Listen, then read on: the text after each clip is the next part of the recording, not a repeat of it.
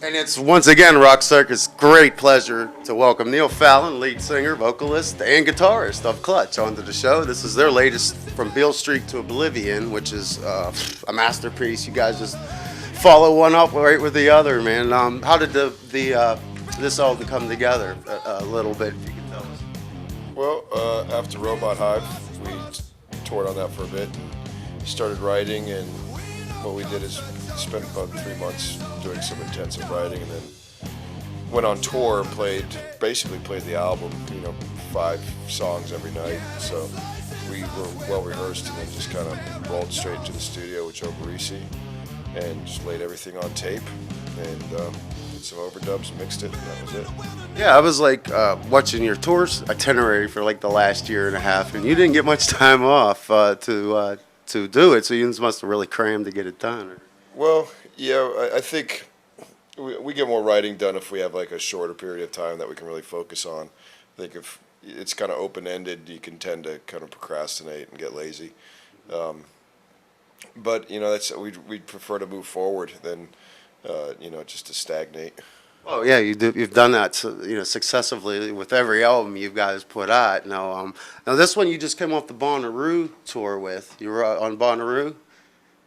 Yeah, we did that as one of the last shows of the last leg of this tour. This tour has kind of had 3 legs, this being the last U.S. leg.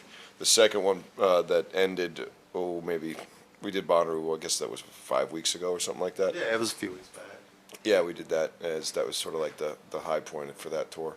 Now, was that like one of the larger crowds you played in front of the United States? No, I know in Europe you've played some huge festivals, but is that one of the larger venues you've played in the U.S.? Sure, yeah. I heard they never gave us an exact count how many people were there, but it was the Thursday night. They didn't have anyone on the headlining stages, but I think that worked for our benefit because people were still fresh and they weren't, hungover and sunburned yet.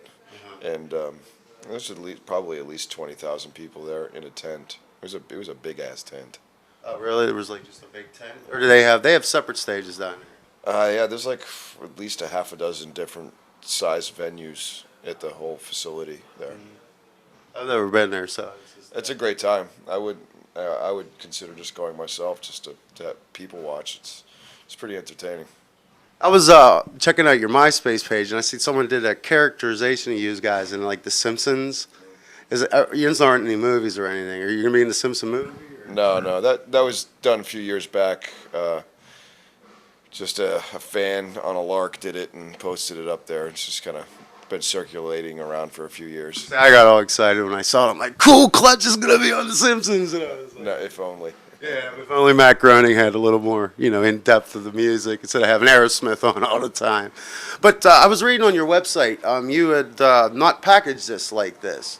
You had your artist do what he usually did with like Robot Hive and Blast Tyrant. How did that get mixed up, or was it like shady on the DRT's part?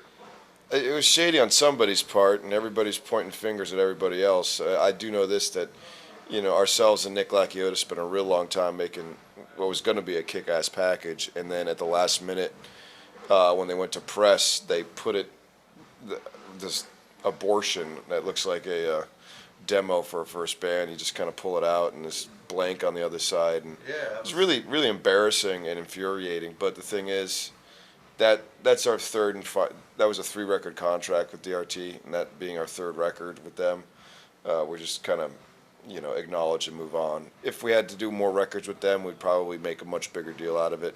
But it's kind of just kind of look to bring closure to the deal. It's like if you finally if after a long bad relationship, you finally get a divorce, you're not going to go like knocking on your ex-wife's door. Yeah, no, not at all.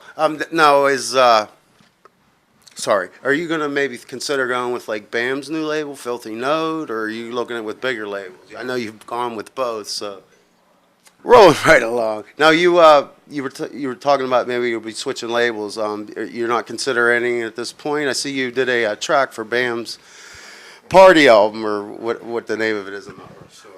I think it's called Viva La Bands 3. Yeah. We haven't even started discussing what labels we'll be on. That's really kind of the furthest thing from our mind. We're more concerned about writing the record, and once you do that, it's like leading cows to water.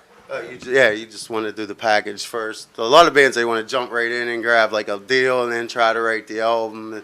You find that to be confusing, or I guess it depends for band to band, different situations. But nowadays it's good to have a label to help you with distribution and marketing and whatnot, and lend you a buck here and there. But it's not you can get to fans directly now through the internet, and the old business models of major labels haven't changed enough to really, you know, go with the flow, I guess, of the times. And, we'll just see whatever the best deal is. It doesn't necessarily mean the most money. It just means the most honest business relationship without any bullshit. yeah, you need a good lawyer to go through and sift through all those words, to figure out what the hell they mean. I've seen a couple of the contracts.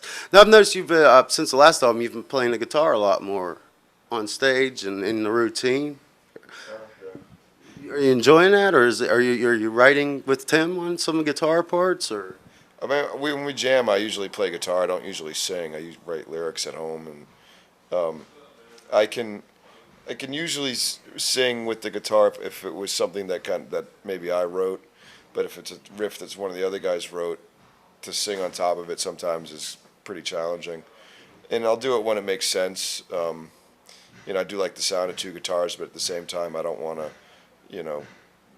be anchored by it. Yeah.